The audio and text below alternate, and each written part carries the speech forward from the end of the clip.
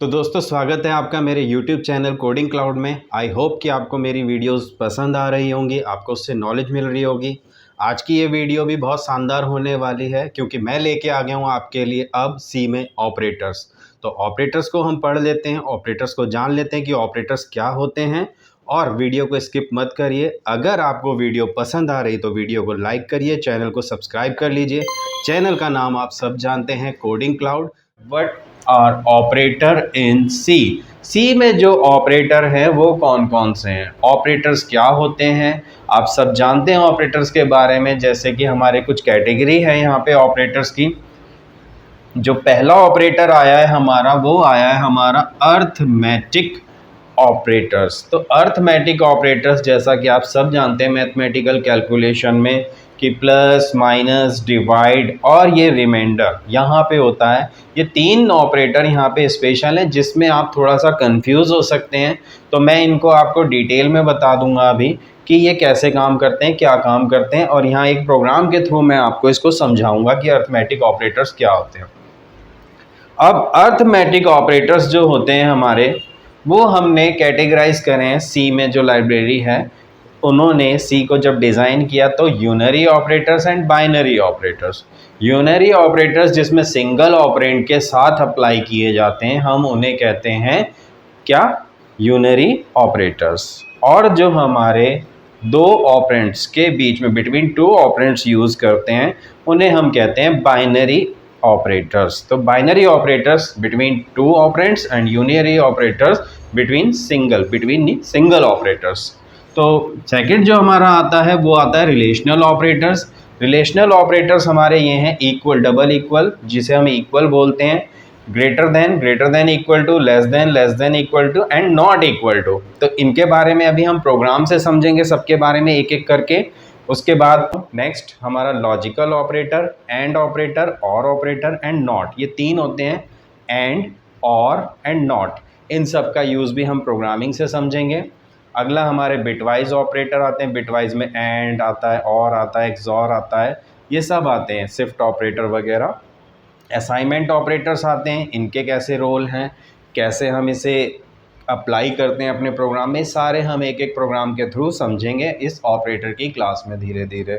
ठीक है। उसके बाद हमारे कंडीशनल ऑपरेटर होता है। ये कंडीशनल ऑपरेटर जो है हमारा, हम इसे स्पेशली टर्नरी ऑपरेटर्स भी कहते हैं। कंडीशनल ऑपरेटर को हम कहते हैं टर्नरी ऑपरेटर्स, जो कि सी में है। और एक आता है हमारा स्पेशल ऑपरेटर, ये होता है हमारा एंड। स्कैन एफ के साथ हम एंड का साइन लगा रहे थे लास्ट वीडियो में अपने। तो लास्ट वीडियो में मैंने आपको स्कैन एफ के बारे में डिटेल में बताया था कि कैसे वो परफॉर्म करता है अपना टास्क। वहाँ पे हम करते हैं इस एंड यानी एड्रेस के साइन को। तो ये क्या करता है, किसी भी मेमोरी ब्लॉक का एड्रेस फाइंड करता है। और ये जो स्टार वाला होता है सिंगल, इसको हम कहते हैं पॉइंटर्स। तो सी में जब टॉपिक आएगा पॉइंटर्स, पॉइंटर डिक्लेरेशन के लिए हमारा ये ऑपरेटर एस्ट्रिक का जो साइन होता है ये यूज़ होता है। इसके दो यूज़ हैं, मल्टीप्लिकेशन बिटवीन टू ऑपरेंड्स, तो ये मल्टीप्लिकेशन करता है।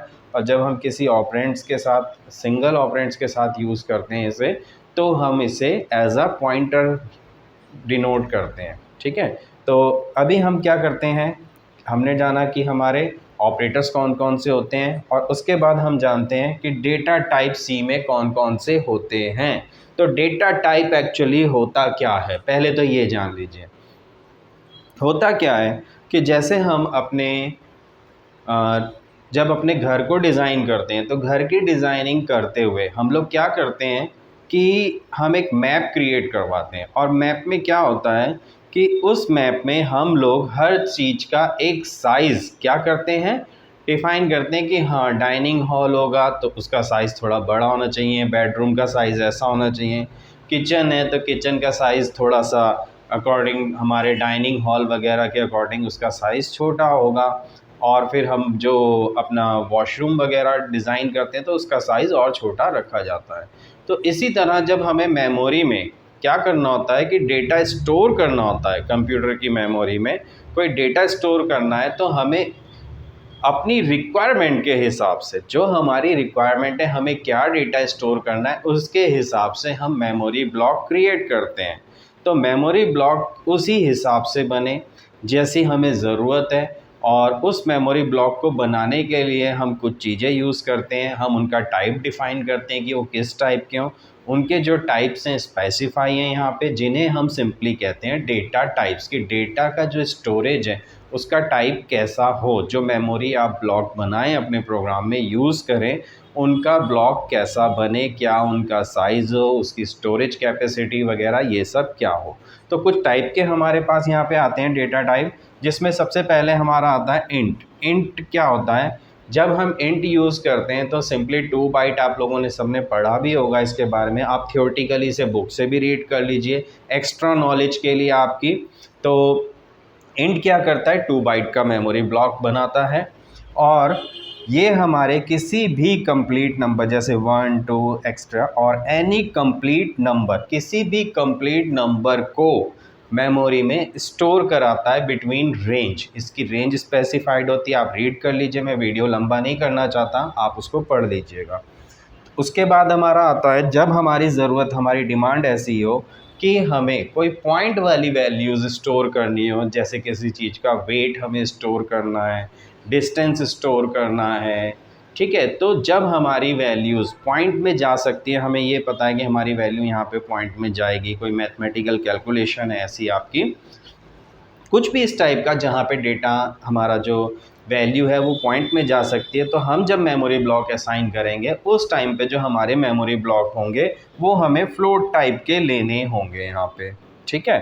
उसके बाद कैरेक्टर टाइप, जब हमें क्या करना हो कि मेमोरी के अंदर एक सिंगल कैरेक्टर स्टोर करना हो, जैसे कि सपोज ग्रेड, कि A grade, B grade, single A B and C, single character, any single character जब आपको स्टोर करना हो तो आप क्या करेंगे? डेटा टाइप क्या यूज़ करेंगे? कैर। डबल डेटा टाइप अगला आता है हमारा, डबल डेटा टाइप। तो डबल डेटा टाइप भी फ्लोट की ही तरह होता है, लेकिन ये साइज़ में थोड़ा बड़ा होता है, इसमें हम लार्ज वैल्यू स्टोर कर सकते हैं। जस्ट फ्लोट का डबल इसका साइज़ होता है। लेट अगर फ्लोट का साइज़ जो है वो 4 बाइट का है, तो अगर हम डबल लेते हैं तो उसका जो साइज़ होगा वो 8 बाइट होगा, इसकी कैपेसिटी ज़्यादा होगी स्टोरेज। उसके बाद हमारा आता है बूलियन। तो बूलियन क्या होता है? बूलियन हम कहते हैं ट्रू फॉल्स, और ये सी में होता है 0 एंड 1। 0 एंड 1 को हम कहते हैं Boolean values.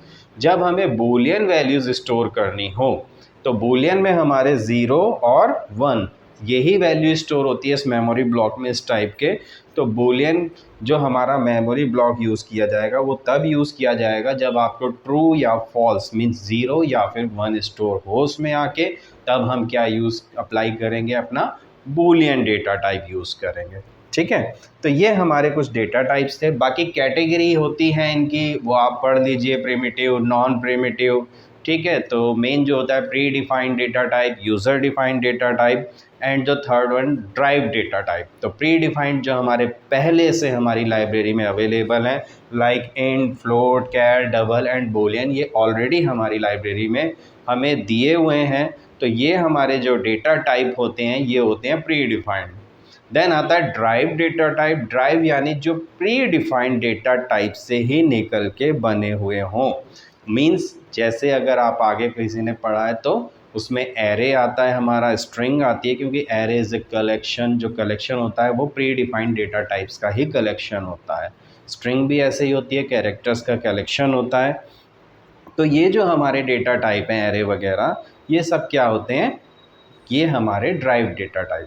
User defined data type में आप आगे पढ़ेंगे, एडवांस प्रोग्रामिंग वगैरह जब आप करेंगे तो उसमें पढ़ेंगे क्लासेस वगैरह। तो अभी सिंपल आते हैं, क्योंकि हमें हमारा जो प्रैक्टिकल है वो सारा इसी पे ही है। तो int, float, char, double and boolean, ये हमारे क्या हैं? डेटा टाइप्स हैं। तो ये डेटा टाइप हो गए जो एक मेमोरी ब्लॉक क्रिएट करने के काम आएंगे हमारे। तो अब हम वापस आ जाते हैं अपने ऑपरेटर्स पे। डेटा टाइप्स इन चीज़ से मिल के अब हमारे प्रोग्राम बनेंगे और हम इस पे आते हैं। अब हम पढ़ते हैं सबसे पहले ऑपरेटर्स कौन से, इसमें से अर्थमेटिक ऑपरेटर्स। इसको हम एक प्रोग्राम से समझेंगे, प्रोग्राम से समझेंगे तो ईजी समझ में आ जाएगा आप लोगों को। तो समझते हैं यहाँ पे मैंने क्या किया है। यहाँ पे इंट जो डेटा टाइप, सबसे पहले बाकी मैंने आपको सब इस चीज़ के बारे में बता दिया है अपनी फर्स्ट वीडियो में। अगर किसी ने फर्स्ट वीडियो नहीं देखी है सी की तो वो जाके देख सकता है, मैं इसमें डिस्क्रिप्शन में आपको लिंक दे दूंगा उसका, आप उसको भी देख सकते हैं। तो फर्स्ट वीडियो पहले देखिए, ये सेकंड वीडियो है। मैं फिर से कह रहा हूँ क्योंकि आप सीक्वेंस में अगर वीडियो देखेंगे तो आपको सी समझ में आएगी आराम से। तो अभी हम आते हैं प्रोग्राम के थ्रू अपने अर्थमेटिक ऑपरेटर्स पे। तो इंट मैंने कि यहाँ पे क्या यूज़ किया, इंट एक डेटा टाइप यूज़ किया है। जैसे ही ये लाइन हम कंप्यूटर में लिखते हैं तो हमारे कंप्यूटर में क्या होता है, मैंने लास्ट वीडियो में भी बताया था कि हमारे 3 मेमोरी ब्लॉक हमने क्रिएट करे हैं और ए बी सी क्या है इनके, ए बी सी इनके आइडेंटिफायर है। मतलब कि इस मेमोरी ब्लॉक को कंप्यूटर के अंदर क्या एड्रेस मिला है, कहाँ है, कहीं ना कहीं होगा, लेकिन हम उस एड्रेस को नहीं जानते हैं। हम इनको एक नाम से जानेंगे जो हमने इन्हें नाम दे दिया है। तो हमने जो नाम दिया है इन्हें क्या दिया है, ए बी एंड सी। इस मेमोरी ब्लॉक को हम आइडेंटिफाई कर रहे हैं ए बी और सी से। अब हम आगे बढ़ते हैं। प्रिंट एफ हमने क्या किया, यूज़र से एक डिमांड करी, एंटर फर्स्ट नंबर, आप एक नंबर एंटर कीजिए। वो नंबर हमने स्टोर कर लिया ए में। लेट करते हैं कि यूज़र ने ए की वैल्यू डाल दी है 5, ठीक है। फिर एंटर द सेकंड नंबर, उसे हमने स्कैन कर लिया। स्कैन के बारे में भी मैं आपको बता चुका हूँ अपनी फर्स्ट वीडियो में। तो यहाँ पे परसेंटेज डी लगा के, क्योंकि इंटीज़र है, इंटीज़र के केस में कन्वर्जन क्या होता है, परसेंटेज डी, ठीक है। और एड्रेस, ये जो साइन होता है जैसा कि हमारा ऑपरेटर्स में स्पेशल ऑपरेटर में से यहाँ पे क्या आया है, ये आया है एड्रेस का साइन। तो ये क्या करता है, कंप्यूटर के अंदर जो इनके एड्रेस होंगे, कुछ इस तरीके के एड्रेस होते हैं कि एड्रेस की बात करूँ अगर ए का तो 65522 65524 ऐसे करके इनके एड्रेस होंगे। तो ये कंप्यूटर जो है वो एड्रेस पे डेटा भेजेगा, ना कि उसके नाम से। तो ए के एड्रेस पे डेटा चला गया, अब बी के एड्रेस को कैलकुलेट करेगा और यहाँ पे बी का एड्रेस 65524, मतलब 65524 पे यूज़र ने जो भी एंट्री करी है वो डेटा चला जाए। सपोज़ करते हैं कि यहाँ पे यूज़र ने 2 एंटर किया है और वो डेटा स्टोर हो गया हमारा किस में, बी के मेमोरी ब्लॉक में स्टोर हो गया है आके, ठीक है। तो अब हम कुछ ऑपरेटर्स जो हमारे अर्थमेटिक ऑपरेटर्स हैं, यहाँ पे हमारा एक स्पेशल ऑपरेटर कवर हो गया है, वो स्कैनएफ में आया है कि एड्रेस कैलकुलेशन के लिए, ठीक। अब हम आते हैं अपने अर्थमेटिक ऑपरेटर्स पे, जिसमें मैंने क्या लिखा है, सी किसके इक्वल हो जाए, सी में ये असाइन कर रहा है वैल्यू को। हमेशा ध्यान रखिएगा कि वैल्यूज़ इस साइड से इस साइड असाइन होती है, ना कि इस साइड से इस साइड, वो गलत है रूल। तो वैल्यू जो स्टोर होगी हमेशा इधर से इधर स्टोर होगी। तो सी के अंदर क्या वैल्यू आ जाए, ए के मेमोरी ब्लॉक में जो भी डेटा पड़ा है वो मीन्स कितना है यहाँ पे डेटा 5, तो यहाँ पे 5 ए का डेटा प्लस अर्थमेटिक ऑपरेटर आ गया हमारा पहला, ये एडिशन करेगा जैसा कि सब जानते हैं आप, ए एंड बी की वैल्यू 2, तो 5 एंड 2 यहाँ पे आ गया सी में स्टोर होके 7, तो यहाँ पे a plus b is equal to 7। हमारी आउटपुट ये होगा इस लाइन की।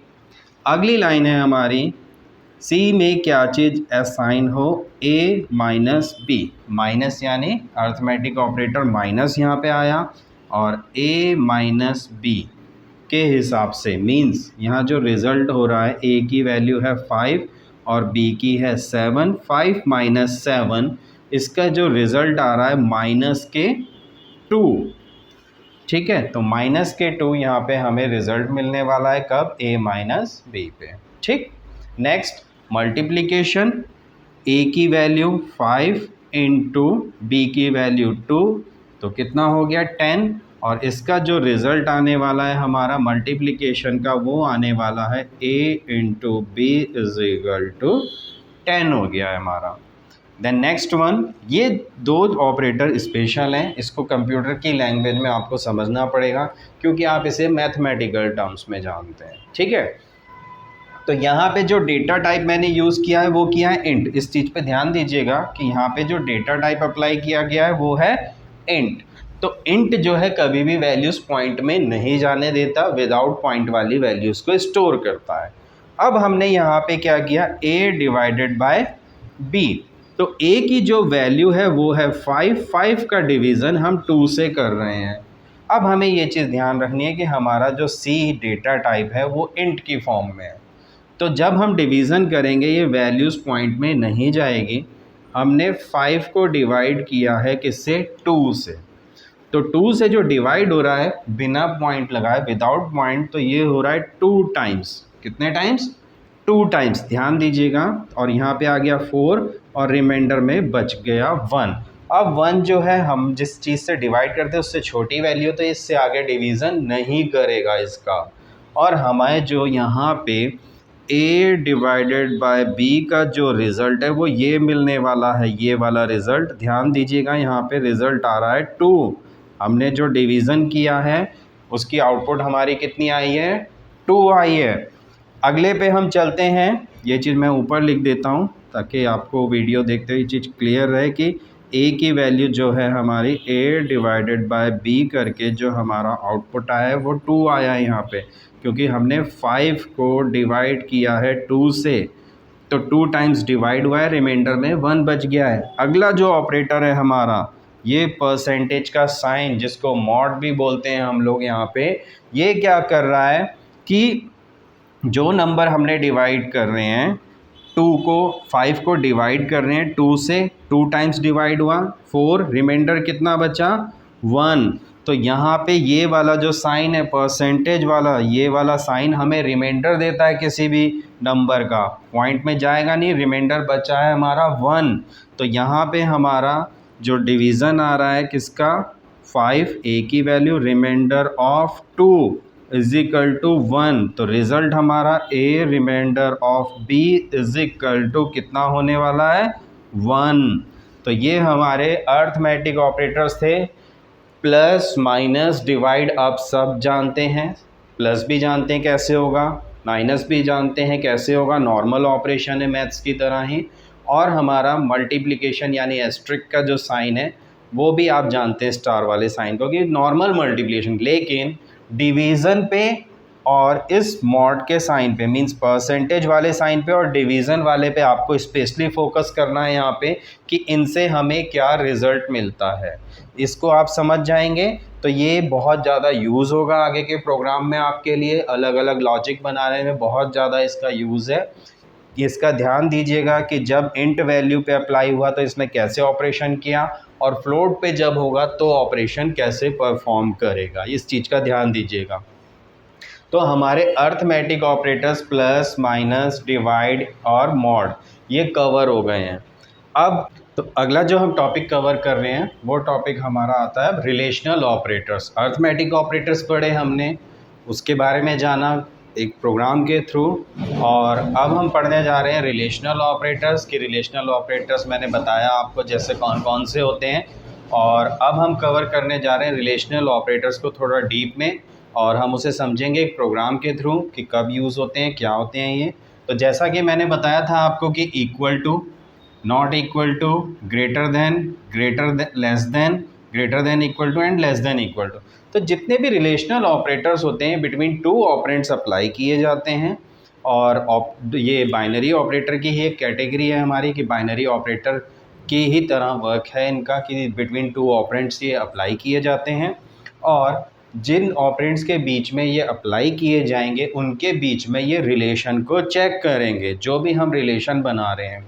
और अगर वो रिलेशन हमारा, जो हम रिलेशन बना रहे हैं वो रिलेशन अगर हमारा ट्रू होता है तो ये हमें रिटर्न करते हैं 1, और हमारा अगर रिलेशन फॉल्स होता है तो ये हमें रिटर्न करते हैं 0।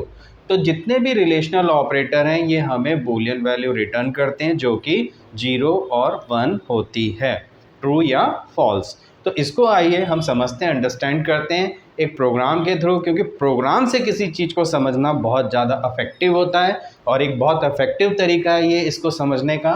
तो एक सिंपल सा प्रोग्राम मैंने यहाँ पे लिखा है जिसमें मैंने इंट टाइप के 3 मेमोरी ब्लॉक फिर से बना लिए हैं, वही A, B एंड C, जैसा कि आप जानते हैं। अब यूज़र से मैंने इसमें वैल्यू डिमांड करी है ए की एंड बी की value, enter the value of A में स्टोर कर दी एंड बी में। लेट करते हैं कि ए की वैल्यू यूज़र ने 5 डाली है और बी की वैल्यू डाली है 6। तो हमारा इस सी में कैसे क्या स्टोर होगा समझते हैं। तो सबसे पहला ऑपरेटर जो यहाँ पे आता है हमारा इक्वल टू ऑपरेटर। तो इक्वल टू ऑपरेटर का क्या काम है, तो हमने सी में एक वैल्यू को असाइन किया है। ये दो ऑपरेंड ए एंड बी के बीच हमने ये डबल इक्वल लगाया, मतलब रिलेशन चेक किया है। क्या रिलेशन चेक किया है कि ए जो है हमारा वो बी के इक्वल है या नहीं है। अगर ए हमारा बी के इक्वल है तो ए की वैल्यू हमारी है 5 एंड इक्वल टू मतलब इक्वल टू कंपेयर कर रहा है क्या बी की वैल्यू के बराबर है। अगर ये बी की वैल्यू के बराबर होता है तो हमें ये रिटर्न करता है ट्रू, लेकिन ये वाला रिलेशन अभी यहाँ पे क्या है, फॉल्स। अगर ये ट्रू होता तो सी के अंदर जो वैल्यू स्टोर होती वो 1 होती, और ये रिलेशन फॉल्स हो रहा है यहाँ पे अकॉर्डिंग टू हमारी इनपुट के।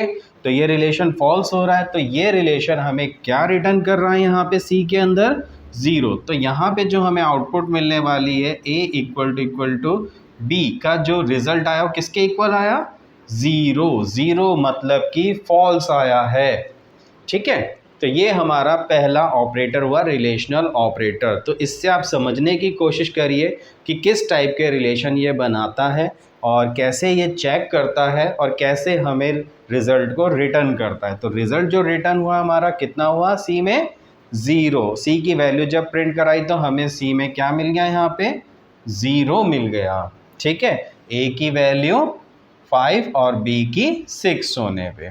नेक्स्ट हमने अगला जो रिलेशन चेक किया कि ए जो है नॉट इक्वल है, किसके नॉट इक्वल है, बी के। तो ए की वैल्यू 5 है, ए नॉट इक्वल है बी के। बिल्कुल सही है, ये चीज़ ट्रू है। तो स्टेटमेंट में हमें जो रिटर्न मिल रहा है सी के अंदर वो कितना मिल रहा है, 1। तो 1 सी में स्टोर हुआ और आउटपुट में हमें ये चीज़ दिखेगी। ठीक, समझ गए। तो इससे 0, इससे 1। अगला हमारा जो रिलेशन हम चेक कर रहे हैं रिलेशनल ऑपरेटर के थ्रू, वो हमने चेक किया a ग्रेटर देन b यहाँ पे। तो a greater than b, a की वैल्यू 5 है, b की वैल्यू 6 है। तो रिजल्ट हमारा क्या हो रहा है, ट्रू या फॉल्स, ये रिलेशन सही है या गलत है।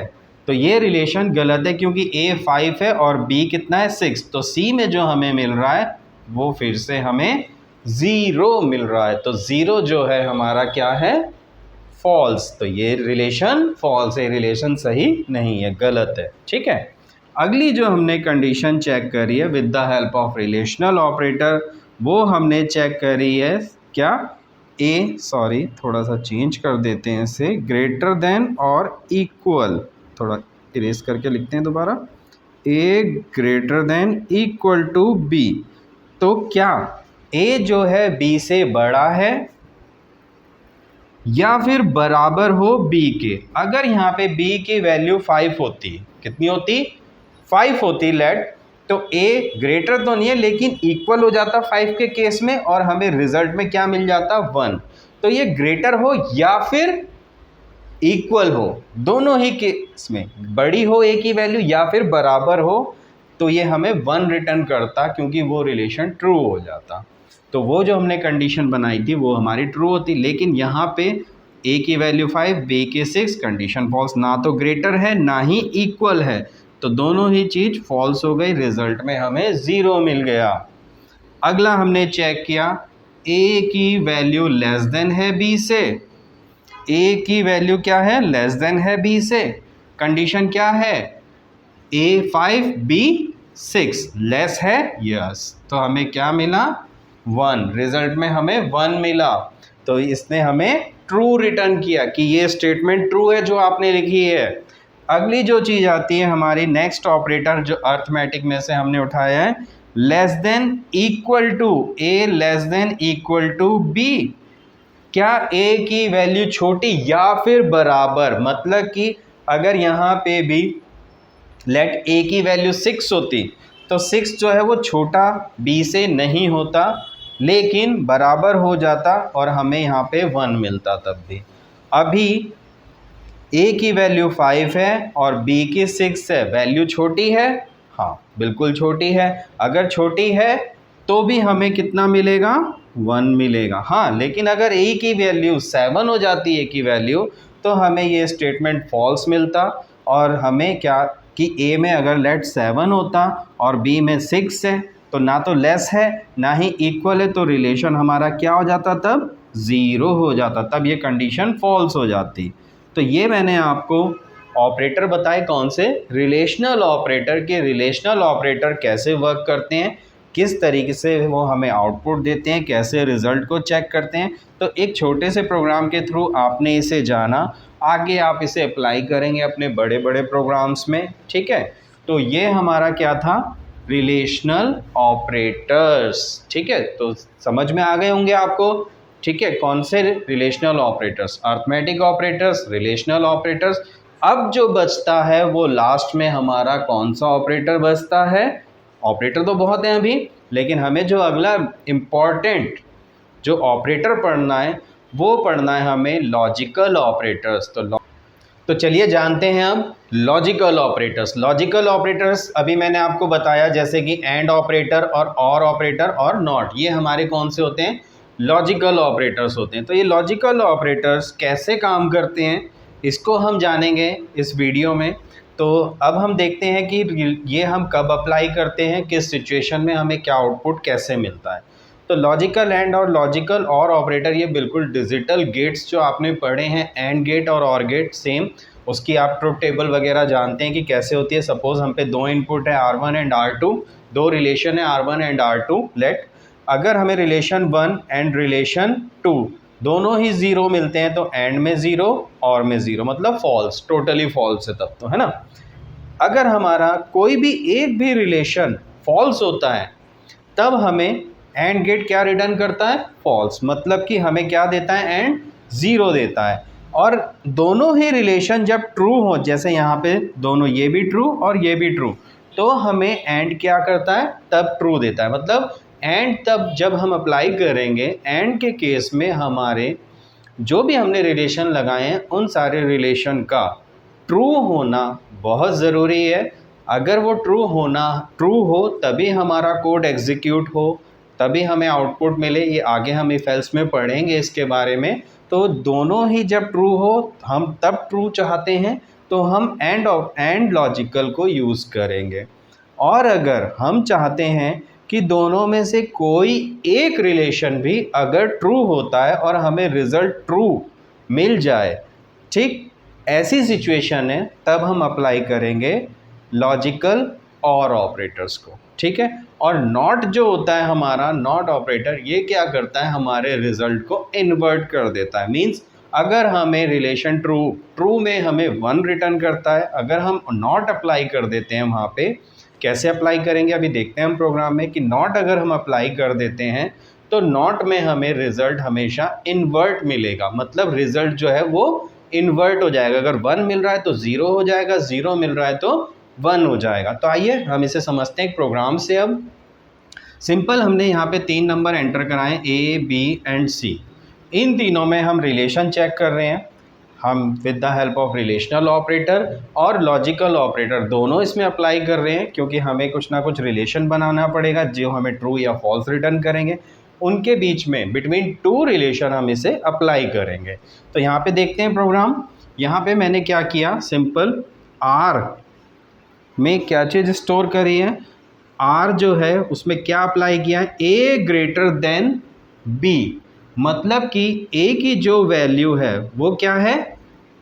B से बड़ी है, एंड A की वैल्यू C से बड़ी है। लेट करते हैं कि A B C की वैल्यू यूज़र ने 4, 5 एंड 3 डाल दी है, 4, 5 एंड 3 डाली है, तो A की वैल्यू 4 जो है यहाँ पे, यहीं लिख लेते हैं वैल्यूज़ को, 4 ग्रेटर देन B की वैल्यू 5, कंडीशन फॉल्स हो गई क्योंकि A बड़ा नहीं है B से। तो एक भी फॉल्स, एंड के केस में अगर एक भी रिजल्ट फॉल्स हो रहा है तो रिजल्ट हमारा क्या होता है? फॉल्स।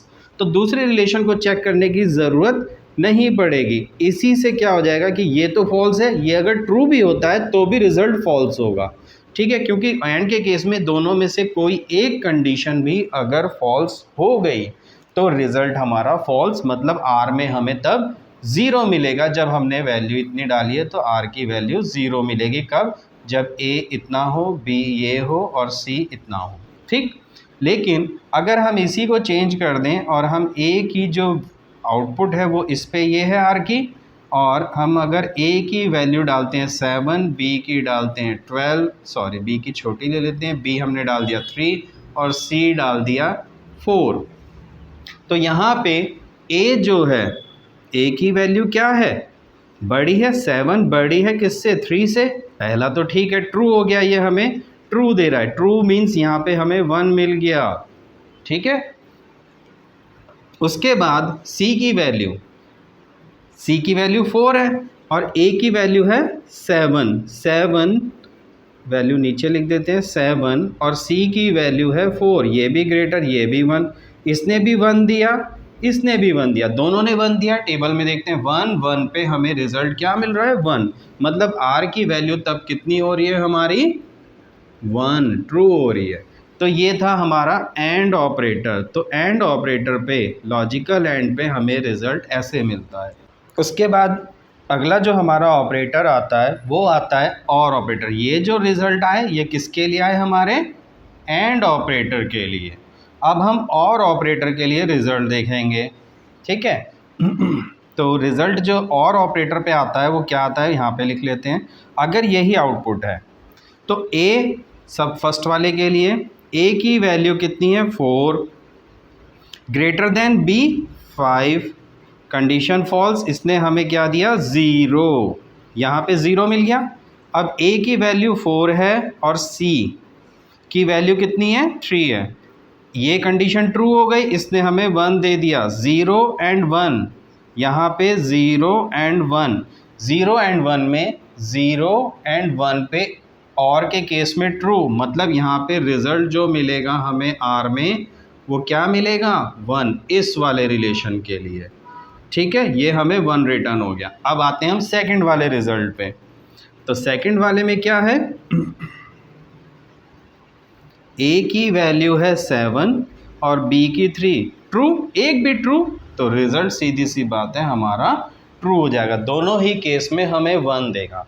तो और ऑपरेटर में हम क्या करते हैं कि तब हम अप्लाई करते हैं और ऑपरेटर को जब जो हमारा रिज़ल्ट है दोनों में से एक कंडीशन के ट्रू होने पे हमें ट्रू दे दे, ऐसी सिचुएशन में हम अप्लाई करेंगे क्या?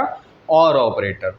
और जब हम चाहते हैं कि दोनों ही कंडीशन के ट्रू होने पे ट्रू हो, अदरवाइज़ कोई एक कंडीशन भी अगर फॉल्स हो जाती है आपकी दोनों में से, तो हमारा जो रिज़ल्ट है वो फॉल्स हो, तब हम अप्लाई करेंगे एंड ऑपरेटर। इसमें मैं आपको नॉट भी बता देता हूँ कि नॉट का एक केस ले लेते हैं हम। सपोज़ यहाँ पे हम क्या ले लेते हैं, एक एक्स्ट्रा और वेरिएबल ले लेते हैं। सपोज़ x ले लिया हमने, और x में हम क्या करते हैं? Not r। तो नॉट r के केस में क्या होगा? यहाँ printf